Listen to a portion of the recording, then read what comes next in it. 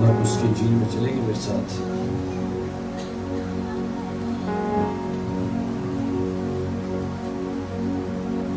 Thank you, Jesus. मरकुस की इंजील में चलेंगे।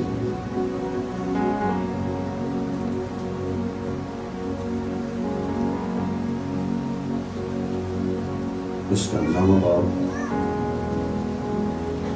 मरकुस की इंजील उसका नाम बाब।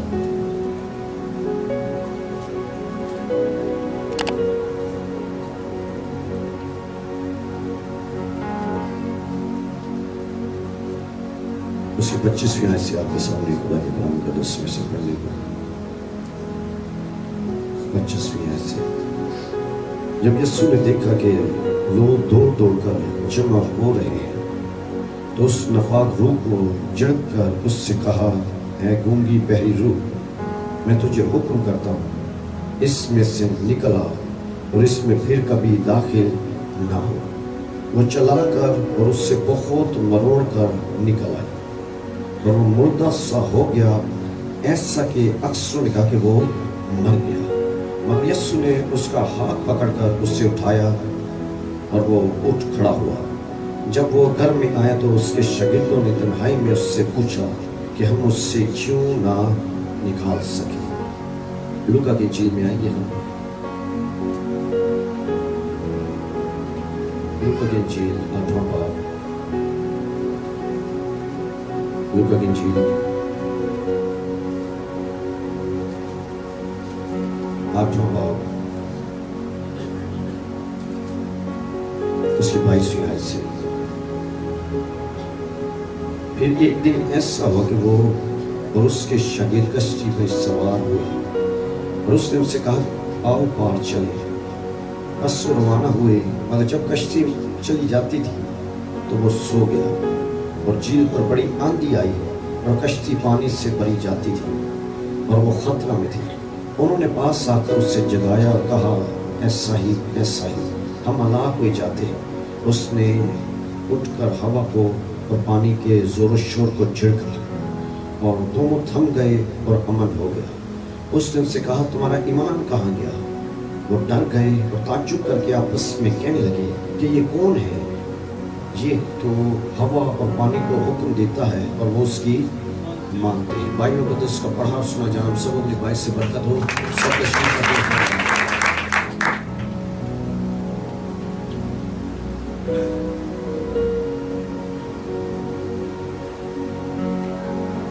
Thank you, Jesus.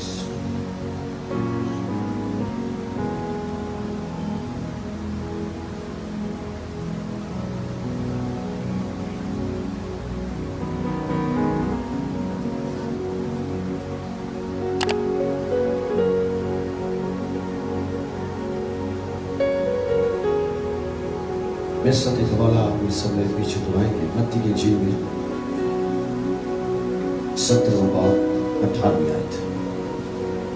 आप सब ने मेरे पीछे दोहराना। यीशु ने उससे झिड़का और बदबू उससे निकल गई और वो लड़का उसी घड़ी अच्छा हो गया। आमीन, हालेलुया। आज का जो मौजूद चर्च में आपके सामने पेश करने को है वो है झिड़कना। हालेलुया। क्या है? झिड़कना। आज झिड़कने पर चंद बातें हम खुदा के कलाम में से सीखेंगे।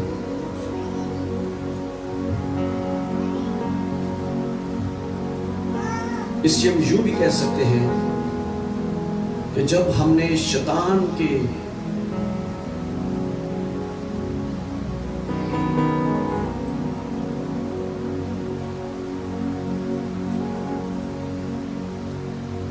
Hallelujah, hallelujah. मैं इसलिए मुस्कुराया क्योंकि जब मैसेज के बाद कहा जाता है सब दुआ करेंगे, आग मांगेंगे, तो सबका तरीकाकार बड़ा अलग अलग सा होता है। सब शैतान के साथ इस तरह से बर्ताव कर रहे होते हैं जैसे वो हमारा दोस्त है, वो हमारा दोस्त और दुश्मन में हमें फर्क मालूम होना बहुत जरूरी है। दोस्तों के साथ रवैया कैसा होना चाहिए और दुश्मनों के साथ रवैया। Hallelujah, hallelujah. तो आज दर हकीकत रवैया ही सीखने वाले हैं। हमारा रवैया इब्लीस के साथ, और वो कैसी जुबान समझता है। हालेलुया। बाइबल मुकद्दस में दर्ज है यीशु मसीह और उसके 3 शागिर्द एक पहाड़ पर दुआ करने के लिए गए, और बाइबल मुकद्दस में दर्ज है कि ये पहाड़ इंतहाई बुलंद था। यीशु मसीह, पतरस, याकूब और यूहन्ना बाइबल मुकद्दस में दर्ज है पहाड़ पर दुआ कर रहे थे। और लिखा है यीशु मसीह जब दुआ कर रहे थे, मूसा और एलिया जलाल में यीशु मसीह पर जाहिर हुए। और बाइबल मुकद्दस में दर्ज है कि ये यीशु मसीह के साथ गुफ्तगू कर रहे थे, बातचीत कर रहे थे, उसके इंतकाल के मुतालिक उससे बात कर रहे थे। और बाइबल मुकद्दस में दर्ज है कि पतरस यीशु मसीह से कहता है, ए उस्ताद, हमारा यहाँ रहना अच्छा है। ऐसा करते हैं 3 डेरे बनाते हैं, एक तेरे लिए, एक मूसा के लिए और एक एलिया के लिए। और बाइबल मुकद्दस में दर्ज है जब ये वाकया खत्म होता है, यीशु मसीह पहाड़ से नीचे उतरते हैं। और जब यीशु मसीह पहाड़ से नीचे उतरे तो बाइबल मुकद्दस में दर्ज है कि यीशु मसीह के शागिर्द और फकी आपस में बहसो तकरार कर रहे थे। जब वो आपस में बहसो तकरार कर रहे थे तो खुदा का कलाम फरमाता है कि यीशु मसीह अपने शागिर्दों से कहते हैं कि तुम उनसे क्या बहस करते थे। दर हकीकत जो बहस हो रही थी वो ये थी कि यीशु मसीह के शागिर्दों के पास एक शख्स अपने बेटे को लेकर आया जिसके अंदर मिर्गी की बदबू थी, उसको मिर्गी का मर्ज था। अब याद रही कि ये मर्ज जिनको भी होता है उनका ज़हन उनके कंट्रोल में नहीं होता। ये बीमारी इतनी भयानक है कि ऐसे मरीज जो हैं, इस बेटे के बाप ने इस बीमारी की कैफियत बयान की। बाइबल में लिखा है कि जब वो यीशु मसीह के पास, उसके शागिर्दों के पास अपने बेटे को लेकर आया तो उसके शागिर्द इस शख्स को शिफा ना दे पाए। और बाइबल में लिखा है यही बहस फकी यीशु मसीह के शागिर्दों के साथ कर रहे थे कि अचानक यीशु मसीह आ जाते हैं और यीशु मसीह आकर अपने शागिर्दों से कहते हैं कि तुम उनसे क्या बहस करते थे। बाइबल में जैसे ये सवाल यीशु मसीह शागिर्दों के साथ किया, उस लड़के का बाप यीशु मसीह के पास आता है और आकर यीशु मसीह से कहता है, ऐ उस्ताद, मेरे बेटे पर रहम कर, मेरे बेटे पर करम कर, मेरे बेटे पर अपनी नजर करम कर। यीशु मसीह ने कहा, तेरे बेटे को क्या हुआ है? उससे कहा, मेरे बेटे को एक बदबू सताती है और वो जहां जाती है उसे पकड़ती है, उससे गिरा देती है, वो उसे जब भी उस पर हमला करती है वो दांत पीसता है, वो कफ पर लाता है और वो कमजोर होता जा रहा है। जब चाहती है उसको आग में फेंक देती है, जब चाहती है उसे पानी में फेंक देती है और वो उसके हलाक करने को उस पर हमला करती है। अगर तू कुछ कर सकता है तो तरस खाकर हमारी मदद कर। ये बातें वो बाप जिसके बेटे को मिर्गी का मर्ज था अपने बेटे की तरफ से यीशु मसीह पर बयान कर रहा है, यीशु मसीह के सामने बयान कर रहा है। और यही बहस जो थी फकीर और फरीसी कर रहे थे यीशु मसीह के शागिर्दों के साथ। उससे कहते तुम लोग क्यों इसे शिफा ना दे पाए, तुम लोग क्यों इसे अच्छा ना कर पाए। और बाइबल फरमाती है जैसे ये बहस हो रही थी यीशु मसीह पहाड़ से नीचे उतरते हैं और इस भीड़ के पास जाते हैं। बाइबल में कहे यीशु मसीह के पास एक शख्स आता है, अपने बेटे के लिए सिफारिश लेकर आता है, अपने बेटे की मदद के लिए आता है, अपने बेटे को इस बीमारी से रिहाई के लिए यीशु मसीह के पास आता है। यीशु मसीह कहते हैं तुम इनसे क्या बहस करते थे। बाइबल में लिखा है उस बेटे के बाप ने कहा मेरे बेटे पर रहम कर, उसको मिर्गी का मर्ज है और वो जब भी ये बदबू उस पर हमला करती है वो कहां पर लाता है, वो चिल्लाता है, वो सूखता जाता है, जहां जाती है इसको फेंक देती है, आग में फेंक देती है, पानी में फेंक देती है। अगर तू कुछ कर सकता है तो तरस खाकर हमारी मदद कर। Hallelujah, hallelujah. बाइबल में कहते हैं उसमें दर्ज है यीशु मसीह ने इस लड़के के पाप से कहा अपने बेटे को मेरे पास लेकर आओ। अब जैसे ही ये मरीज, ये बदरू गिरफ्ता यीशु मसीह के सामने पेश होता, बाइबल में दर्ज है यीशु मसीह उस बदरू को कहते हैं मैं तुझे हुक्म देता हूं। यीशु मसीह ने कहा ऐ गूंगी और बहरी बदरू, मैं तुझे हुक्म देता हूं। बाइबल में कहते यीशु मसीह ने उसको झिड़का।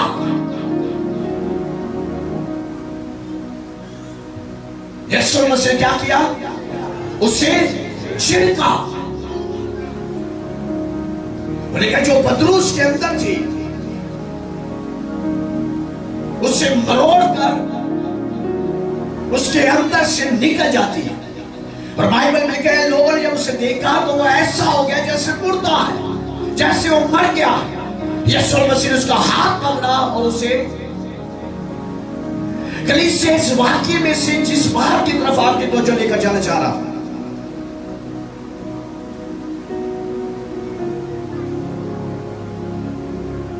बाइबल में दर्ज है यीशु मसीह अपने शागिर्दों के साथ कश्ती में रवा दवा थे कि यीशु मसीह कश्ती में सो जाते हैं। दौरान सफर तूफान आ जाता है, लेकिन यीशु मसीह के शागिर्द यीशु मसीह के पास आते हैं और आकर यीशु मसीह से कहते हैं ऐ उस्ताद हमारी मदद कर, हम हलाक हो जाते हैं। ऐ साहिब हमारी मदद कर, हम हलाक हो जाते हैं। बाइबल में यीशु मसीह जागते हैं, यीशु मसीह उठते हैं, हवा और पानी को छिड़कते हैं। देखिए यीशु मसीह ने हवा को छिड़का, यीशु मसीह ने पानी को छिड़का, लेकिन बड़ा अमन हो जाता है। यीशु मसीह ने हवा को छिड़का, यीशु मसीह ने पानी को छिड़का। बाइबल में 10 में दर्ज है यीशु मसीह शमौन पतरस के घर में जाते हैं और उसकी सास को बुखार था। बाइबल में क्या उन्होंने यीशु मसीह के सामने अर्ज की, दरखास्त की कि इसे शिफा दे। बाइबल में 10 में दर्ज है यीशु मसीह ने बुखार को छिड़का कि इसमें से उतर जा, इसमें से निकल जा। लिखा बुखार चला जाता है और उठती है और यीशु मसीह की खिदमत शुरू।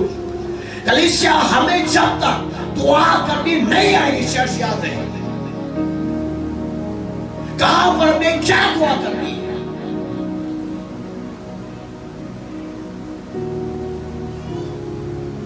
आपके लफ्ज कुछ भी करने वाले नहीं हैं।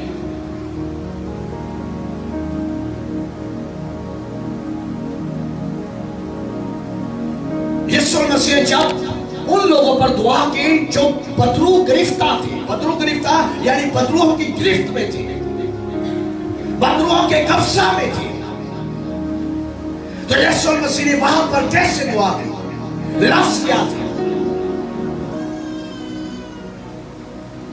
यीशु मसीह ने जब बीमारियों पर दुआ की, जब उन लोगों पर जो बीमारियों में मुब्तला थे उन पर दुआ की, लफ्ज क्या थे, तरीका क्या था?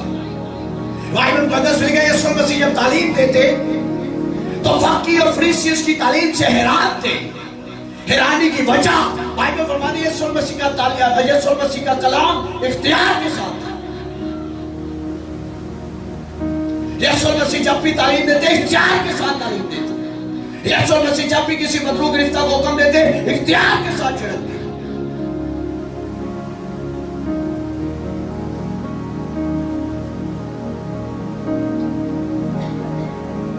हालेलुया।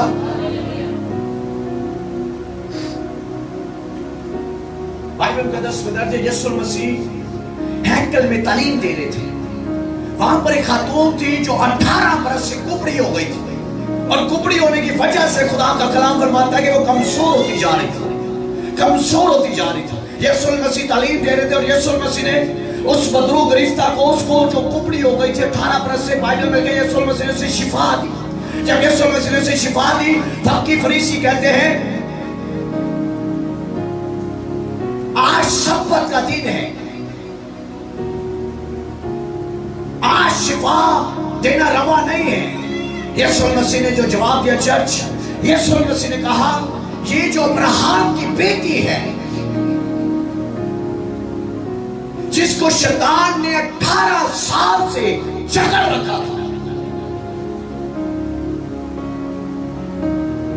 जिसको शैतान ने 18 साल से जकड़ रखा था, बाइबल मुकद्दस में दर्ज है, इस जहां के खुदा ने इनके अक्लों को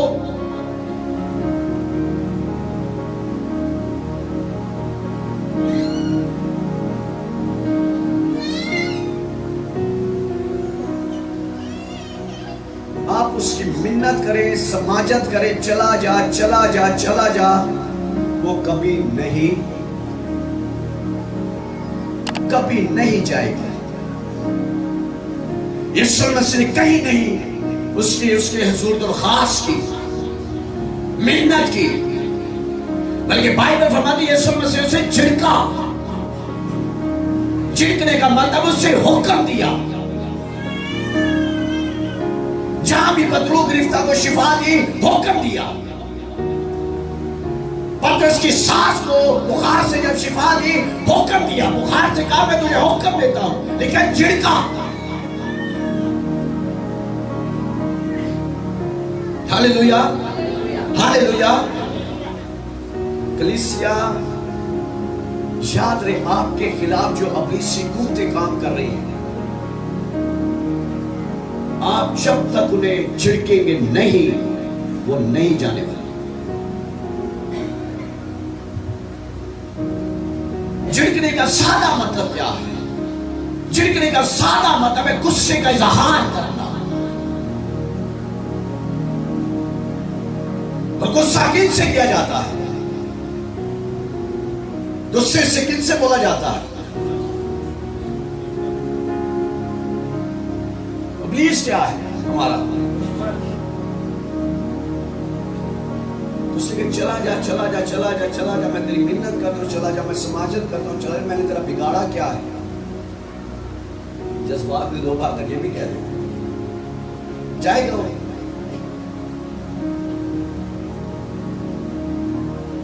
तो जब बारी आ जाए शैतान की, तो फिर रवैया हमारा कैसा होना चाहिए?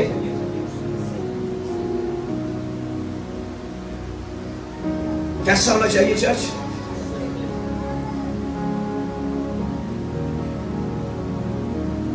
बात समझ में आ रही है? आपका रवैया अहमियत रखता है।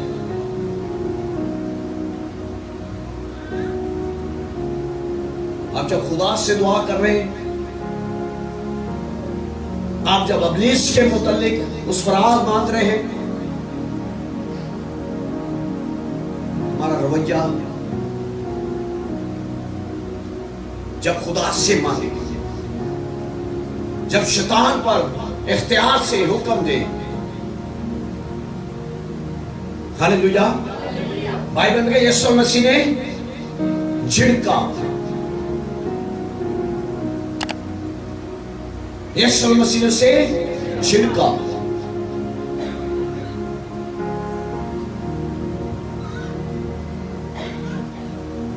Hallelujah church, hallelujah. इब्लीस कभी भी खुशी से जाने वाला, अगर वो चला भी जाए फिर भी उसकी तवज्जो यही होती है कि मैंने फिर अपने उसी घर में जाना है जहां से मैं निकला था। लेकिन जब नापाक रूह आदमी से निकलती है, सूखे आरामों में, सूखे मुकामों में आराम ढूंढती फिरती, जब नहीं पाती, कहती मैं अपने उसी घर में जाऊंगी जहां से मैं, उसकी तवज्जो, उसकी खुशी वापिस आना है, वापिस आना है। वो कभी भी खुशी से जाने वाला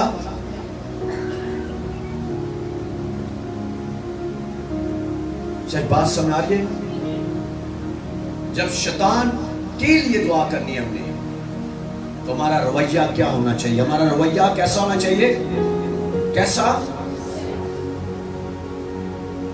यीशु मसीह से इस बात को कभी नहीं भूलना। यीशु मसीह से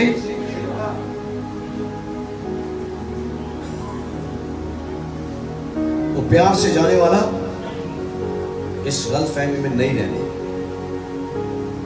इस गलतफहमी में कभी भी नहीं रहना। यीशु मसीह से झिड़का, वो झिड़क जब तक आपकी दुआ में नहीं होगी चर्च, उस वक्त वो जाने वाला।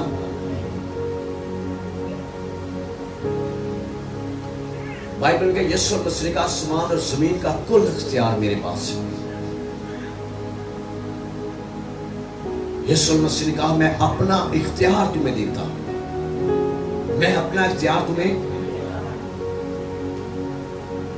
यीशु मसीह ने अपना इख्तियार अपने शागिर्दों को दिया।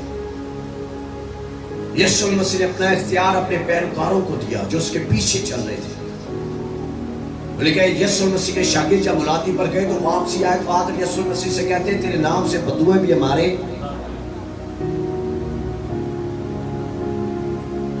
जो भी यीशु मसीह को अपना शख्सी निजात दहिंदा कबूल करता है चर्च,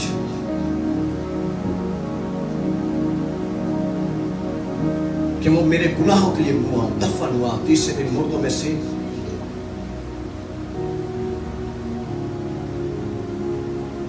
वो इस इख्तियार को इस्तेमाल कर सकता है। वो शैतान के खिलाफ जब दुआ करेगा तो फिर इख्तियार से करेगा, और जो कुदरत यीशु मसीह के इख्तियार में थी, याद है, वही आपके इख्तियार में होगी। बाइबल का यीशु मसीह इख्तियार के साथ हुक्म देते थे।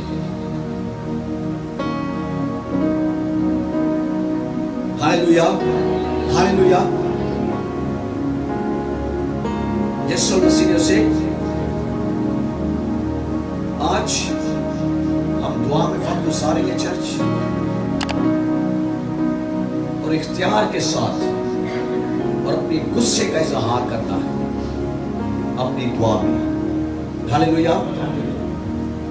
जो भी मसाइल एक अरसा दराज से आपकी जिंदगियों में हल नहीं हो रहे, आज इख्तियार के साथ चर्च गुस्से का इजहार करना और उन्हें छिड़कना है यीशु मसीह के नाम से। हालेलुया। आप ईमान रखते हैं कि आज वो मामला हल होने वाले हैं। हालेलुया। उन्हीं की जिंदगियों में होंगे जो झिड़केंगे, जो झिड़केंगे तमाम दासियों को जो खिलाफ काम कर रही है। बाइबल में क्या, इब्लीस शेर बब्बर की तरह धारता पीता है किसको?